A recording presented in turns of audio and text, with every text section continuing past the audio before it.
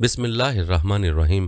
السلام علیکم دوستو، آج کی ویڈیو میں ہم آپ کو نبی کریم صلی اللہ علیہ وسلم کی ہجرت کے بارے میں بتائیں گے کہ کن حالات میں آپ صلی اللہ علیہ وسلم نے مکہ کو چھوڑا۔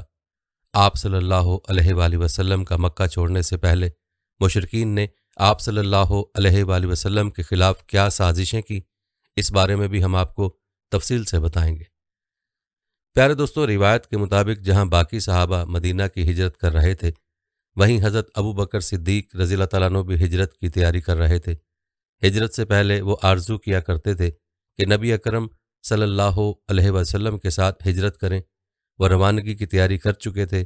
ایک دن حضور نبی کریم صلی اللہ علیہ وآلہ وسلم نے ان سے فرمایا، ابو بکر جلدی نہ کرو، امید ہے مجھے بھی اجازت ملنے والی ہے۔ چنانچہ حضرت ابو بکر رضی اللہ تعالیٰ عنہ رک گئے۔ انہوں نے ہجرت کے لیے 2 اونٹنیاں تیار کر رکھی تھیں۔ انہوں نے ان دونوں کو 800 درہم میں خریدا تھا اور انہیں 4 ماہ سے کھلا پلا رہے تھے۔ ادھر مشرکین نے جب یہ دیکھا کہ مسلمان مدینہ ہجرت کرتے جا رہے ہیں اور مدینہ کے رہنے والے بڑے جنگجو ہیں، وہاں مسلمان روز بروز طاقت پکڑتے چلے جائیں گے، تو انہیں خوف محسوس ہوا کہ اللہ کے رسول بھی کہیں مدینہ نہ چلے جائیں اور وہاں انصار کے ساتھ مل کر ہمارے خلاف جنگ کی تیاری نہ کرنے لگیں۔ تو وہ سب جمع ہوئے اور سوچنے لگے کہ کیا قدم اٹھائیں۔ یہ قریش دارالندوہ میں جمع ہوئے تھے۔ دارالندوہ ان کے مشورہ کرنے کی جگہ تھی۔ یہ پہلا پختہ مکان تھا جو مکہ میں تعمیر ہوا۔ دوستو، کہتے ہیں کہ قریش کے اس مشورے میں شیطان بھی شریک ہوا۔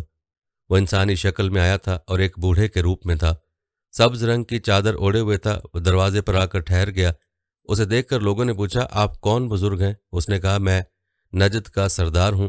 آپ لوگ جس غرض سے یہاں جمع ہوئے، میں بھی اسی کے بارے میں سن کر آیا ہوں تاکہ لوگوں کی باتیں سنوں اور ہو سکے تو کوئی مفید مشورہ بھی دوں۔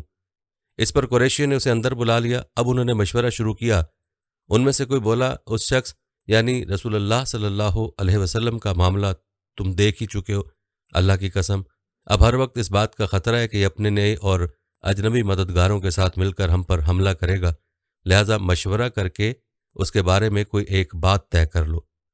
وہاں موجود ایک شخص ابو البختری بن ہشام نے کہا، اسے بیڑیاں پہنا کر ایک کوٹری میں بند کر دو، اس کے بعد کچھ عرصے تک انتظار کرو تاکہ اس کی بھی وہی حالت ہو جائے جو اس جیسے شاعروں کی ہو چکی ہے اور یہ بھی انہی کی طرح موت کا شکار ہو جائے۔ اس پر شیطان نے کہا، ہرگز نہیں، یہ رائے بالکل غلط ہے۔ یہ خبر اس کے ساتھیوں تک پہنچ جائے گی، وہ تم پر حملہ کر دیں گے اور اپنے ساتھی کو نکال کر لے جائیں گے، اس وقت تمہیں پچھتانا پڑے گا، لہٰذا کوئی اور ترکیب سوچو۔ اب ان میں بحث شروع ہو گئی۔ اسود بن ربیعہ نے کہا، ہم اسے یہاں سے نکال کر جلا وطن کر دیتے ہیں، پھر یہ ہماری طرف سے کہیں بھی چلا جائے۔ اس پر نجدی یعنی شیطان نے کہا، یہ رائے بھی غلط ہے۔ تم دیکھتے نہیں اس کی باتیں کس قدر خوبصورت ہیں، کتنی میٹھی ہیں، وہ اپنا کلام سنا کر لوگوں کے دلوں کو موہ لیتا ہے۔ اللہ کی قسم اگر تم نے اسے جلا وطن کر دیا تو تمہیں امن نہیں ملے گا، یہ کہیں بھی جا کر لوگوں کے دلوں کو موہ لے گا، پھر تم پر حملہ آور ہوگا اور تمہاری یہ ساری سرداری چھین لے گا، لہٰذا کوئی اور بات سوچو۔ اس پر ابو جہل نے کہا، میری ایک رائے ہے اور اس سے بہتر رائے کوئی نہیں ہو سکتی۔ سب نے کہا، وہ کیا ہے؟ ابو جہل نے کہا، آپ لوگ ہر خاندان اور ہر قبیلے کا ایک ایک بہادر اور طاقتور نوجوان لیں، ہر ایک کو ایک ایک تلوار دیں، ان سب کو محمد پر حملہ کرنے کے لیے صبح سویرے بھیجیں، وہ سب ایک ساتھ اس پر اپنی تلواروں کا ایک بھرپور وار کریں، اس طرح اسے قتل کر دیں۔ اس سے ہوگا یہ کہ اس کے قتل میں سارے قبیلے شامل ہو جائیں گے، لہٰذا محمد کے خاندان والوں میں اتنی طاقت نہیں ہوگی کہ ان سب سے جنگ کریں، لہٰذا وہ خون بہا یعنی فدیے کی رقم لینے پر آمادہ ہو جائیں گے، وہ ہم انہیں دے دیں گے۔ اس پر شیطان خوش ہو کر بولا، ہاں یہ ہے اعلیٰ رائے، میرے خیال میں اس سے اچھی رائے کوئی اور نہیں ہو سکتی۔ چنانچہ اس رائے کو سب نے منظور کر لیا۔ اللہ تعالیٰ نے فوراً جبریل علیہ السلام کو حضور اکرم صلی اللہ علیہ وسلم کے پاس بھیج دیا۔ انہوں نے عرض کیا، آپ صلی اللہ علیہ وسلم روزانہ جس بستر پر سوتے ہیں آج اس پر نہ سوئیں۔ اس کے بعد انہوں نے مشرکین کی سازش کی خبر دی، جیسا کہ سورہ انفال کی آیت نمبر 30 میں آتا ہے، اور اس واقعے کا بھی ذکر کیجیے جب کافر لوگ آپ کی نسبت بری بری تدبیریں سوچ رہے تھے کہ آیا آپ کو قید کر لیں یا قتل کر ڈالیں یا جلا وطن کر دیں، اور وہ اپنی تدبیریں کر رہے تھے اور اللہ اپنی تدبیر کر رہا تھا، اور سب سے مضبوط تدبیر والا اللہ ہے۔ الغرض جب رات 1/3 گزر گئی تو مشرکین کا ٹولہ حضور اکرم صلی اللہ علیہ وسلم کے گھر تک پہنچ کر چھپ گیا۔ وہ انتظار کرنے لگا کہ کب وہ سوئیں اور سب یکدم ان پر حملہ کر دیں۔ دوستو، کہا جاتا ہے کہ ان کفار کی تعداد 100 تھی ادھر حضور نبی کریم صلی اللہ علیہ وسلم نے حضرت علی رضی اللہ تعالیٰ عنہ سے فرمایا تم میرے بستر پر سو جاؤ اور میری یمنی چادر اوڑھ لو۔ پھر آپ صلی اللہ علیہ وسلم نے حضرت علی رضی اللہ تعالیٰ عنہ کو تسلی دیتے ہوئے فرمایا تمہارے ساتھ کوئی ناخوشگوار واقعہ پیش نہیں آئے گا۔ پیارے دوستو، روایت بتاتی ہیں کہ مشرکوں کے جس گروہ نے آپ صلی اللہ علیہ وسلم کے گھر کو گھیر رکھا تھا، ان میں حکیم بن ابو العاص، عقبہ بن ابی معیط، نصر بن حارث، اسید بن خلف، زمع ابن اسود اور ابو جہل بھی شامل تھے۔ ابو جہل اس وقت دبی آواز میں اپنے ساتھیوں سے کہہ رہا تھا محمد صلی اللہ علیہ وسلم کہتا ہے اگر تم اس کے دین کو قبول کر لو گے تو تمہیں عرب اور عجم کی بادشاہت مل جائے گی اور مرنے کے بعد تمہیں دوبارہ زندگی عطا کی جائے گی، اور وہاں تمہارے لیے ایسی جنتیں ہوں گی، ایسے باغات ہوں گے جیسے اردن کے باغات ہیں، لیکن اگر تم میری پیروی نہیں کرو گے تو تم سب تباہ ہو جاؤ گے، مرنے کے بعد دوبارہ زندہ کیے جاؤ گے تو تمہارے لیے وہاں جہنم کی آگ تیار ہوگی، اس میں تمہیں جلایا جائے گا۔ نبی اکرم صلی اللہ علیہ وسلم نے اس کے یہ الفاظ سن لیے۔ آپ یہ کہتے ہوئے گھر سے نکلے، ہاں میں یقیناً یہ بات کہتا ہوں۔ اس کے بعد آپ صلی اللہ علیہ وسلم نے اپنی مٹھی میں کچھ مٹی اٹھائی اور سورۃ یاسین کی آیات تلاوت فرمائیں، جن کا ترجمہ یہ ہے، یاسین، قسم ہے حکمت والے قرآن کی، بے شک آپ پیغمبروں کے گھروں میں سے ہیں، سیدھے راستے پر ہیں۔ یہ قرآن زبردست اللہ مہربان کی طرف سے نازل کیا گیا تاکہ آپ پہلے تو ایسے لوگوں کو ڈرائیں جن کے باپ دادا نہیں ڈرائے گئے، سو اسی سے یہ بے خبر ہیں۔ ان میں سے اکثر لوگوں پر بات ثابت ہو چکی ہے، سو یہ لوگ ایمان نہیں لائیں گے۔ ہم نے ان کی گردنوں میں توک ڈال دیے، پھر وہ ٹھوڑیوں تک اڑ گئے جس سے ان کے سر اوپر کو اٹھ گئے، اور ہم نے ایک آڑ ان کے سامنے کھڑی کر دی ہے اور ایک آڑ ان کے پیچھے کر دی ہے، جس سے ہم نے انہیں ہر طرف سے گھیر لیا ہے، سو وہ دیکھ نہیں سکتے۔ دوستو، یاد رہے کہ سورۃ یاسین کی آیت 1 تا 9 کا ترجمہ ہے۔ ان آیات کی برکت سے اللہ تعالیٰ نے کفار کو وقتی طور پر اندھا کر دیا، وہ حضرت صلی اللہ علیہ وسلم کو اپنے سامنے سے جاتے ہوئے نہ دیکھ سکے۔ حضور صلی اللہ علیہ وسلم نے جو مٹی پھینکی تھی ان سب کے سروں پر گری، کوئی ایک بھی ایسا نہ بچا جس پر مٹی نہ گری ہو۔ جب قریش کو پتہ چلا کہ حضور صلی اللہ علیہ وسلم ان کے سروں پر خاک ڈال کر جا چکے ہیں تو سب گھر کے اندر داخل ہوئے۔ آپ صلی اللہ علیہ وسلم کے بستر پر حضرت علی رضی اللہ تعالیٰ عنہ چادر اوڑھے سو رہے تھے۔ یہ دیکھ کر وہ بولے، خدا کی قسم یہ تو اپنی چادر اوڑھے سو رہے۔ لیکن جب چادر الٹی گئی تو بستر پر حضرت علی رضی اللہ تعالیٰ عنہ نظر آئے۔ مشرکین حیرت زدہ رہ گئے۔ انہوں نے حضرت علی رضی اللہ تعالیٰ عنہ سے پوچھا تمہارے صاحب کہاں ہیں؟ مگر انہوں نے کچھ نہ بتایا، تو وہ حضرت علی رضی اللہ تعالیٰ عنہ کو مارتے ہوئے باہر لے آئے اور مسجد حرام تک لائے۔ کچھ دیر تک انہوں نے انہیں روکے رکھا، پھر چھوڑ دیا۔ اب حضور صلی اللہ علیہ وسلم کو ہجرت کے سفر پر روانہ ہونا تھا۔ انہوں نے حضرت جبرائیل علیہ السلام سے پوچھا میرے ساتھ دوسرا ہجرت کرنے والا کون ہوگا؟ جواب میں حضرت جبرائیل علیہ السلام نے کہا ابو بکر صدیق ہوں گے۔ حضور صلی اللہ علیہ وسلم اس وقت تک چادر اوڑھے ہوئے تھے۔ اسی حالت میں حضرت ابو بکر صدیق رضی اللہ تعالیٰ عنہ کے گھر پہنچے۔ دروازے پر دستک دی تو حضرت اسماء رضی اللہ عنہا نے دروازہ کھولا اور حضور صلی اللہ علیہ وآلہ وسلم کو دیکھ کر اپنے والد حضرت ابو بکر صدیق رضی اللہ تعالیٰ عنہ کو بتایا کہ رسول اللہ صلی اللہ علیہ وسلم آئے ہیں اور چادر اوڑھے ہوئے ہیں۔ یہ سنتے ہی ابو بکر صدیق رضی اللہ تعالیٰ عنہ بول اٹھے، اللہ کی قسم اس وقت آپ صلی اللہ علیہ وآلہ وسلم یقیناً کسی خاص کام سے تشریف لائے ہیں۔ پھر انہوں نے آپ صلی اللہ علیہ وآلہ وسلم کو اپنی چارپائی پر بٹھایا۔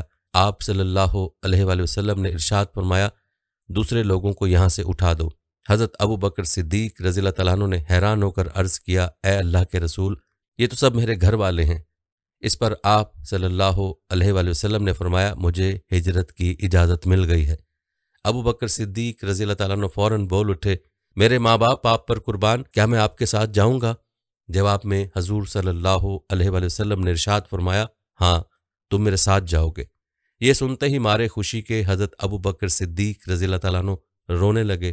حضرت عائشہ صدیقہ رضی اللہ تعالیٰ عنہا فرماتی ہیں میں نے اپنے والد کو روتے دیکھا تو حیران ہوئی، اس لیے کہ میں اس وقت تک نہیں جانتی تھی کہ انسان خوشی کی وجہ سے بھی رو سکتا ہے۔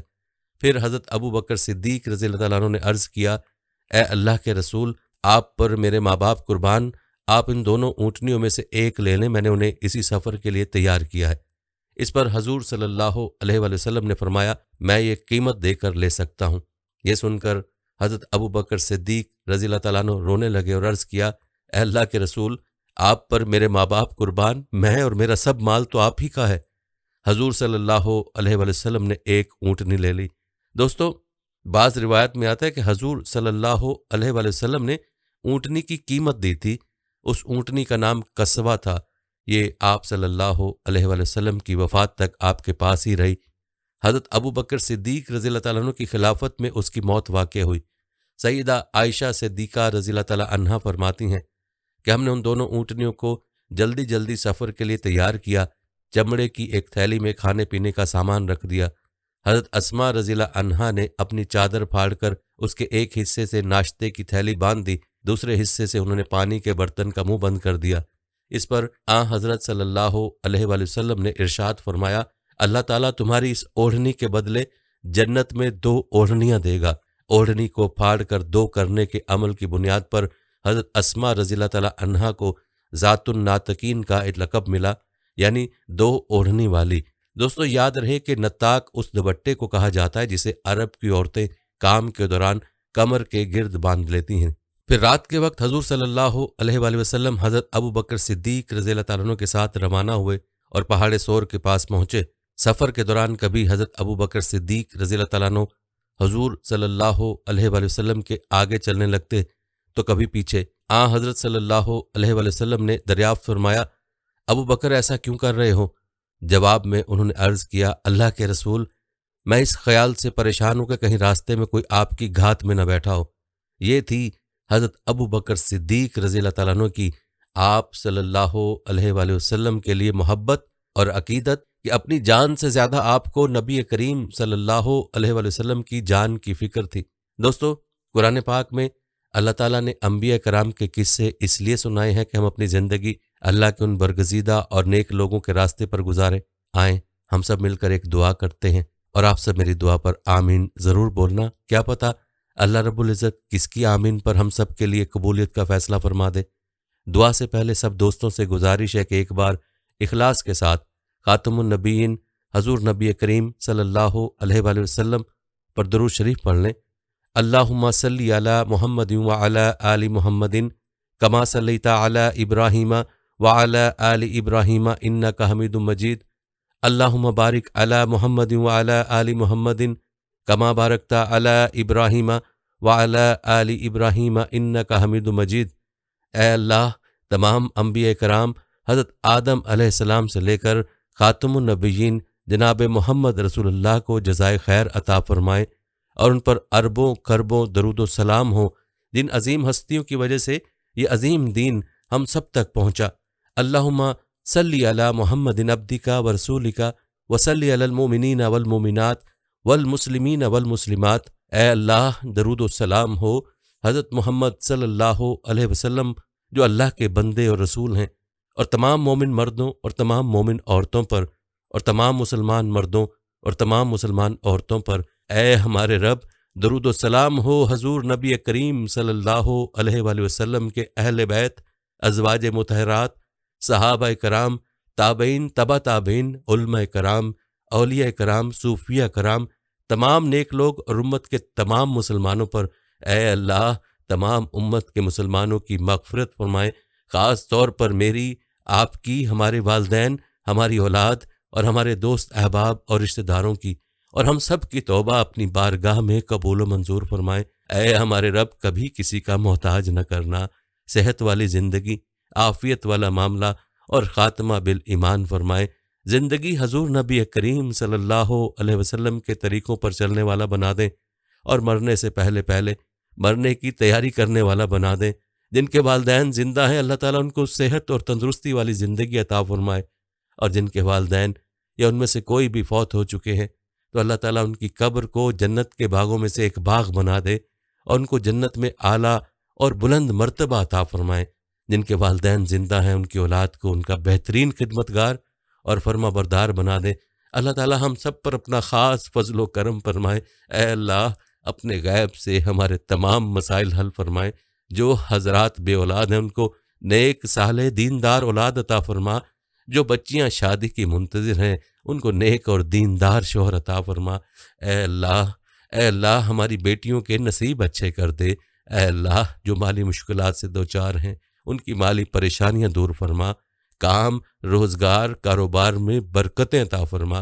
اے ہمارے رب ہم سب سے راضی ہو جا، ہمیں 5 وقت کا نمازی بنا دے اور ہمیں کثرت سے اللہ کا ذکر کرنے والا اور حضور صلی اللہ علیہ وسلم پر درود پڑھنے والا بنا دے۔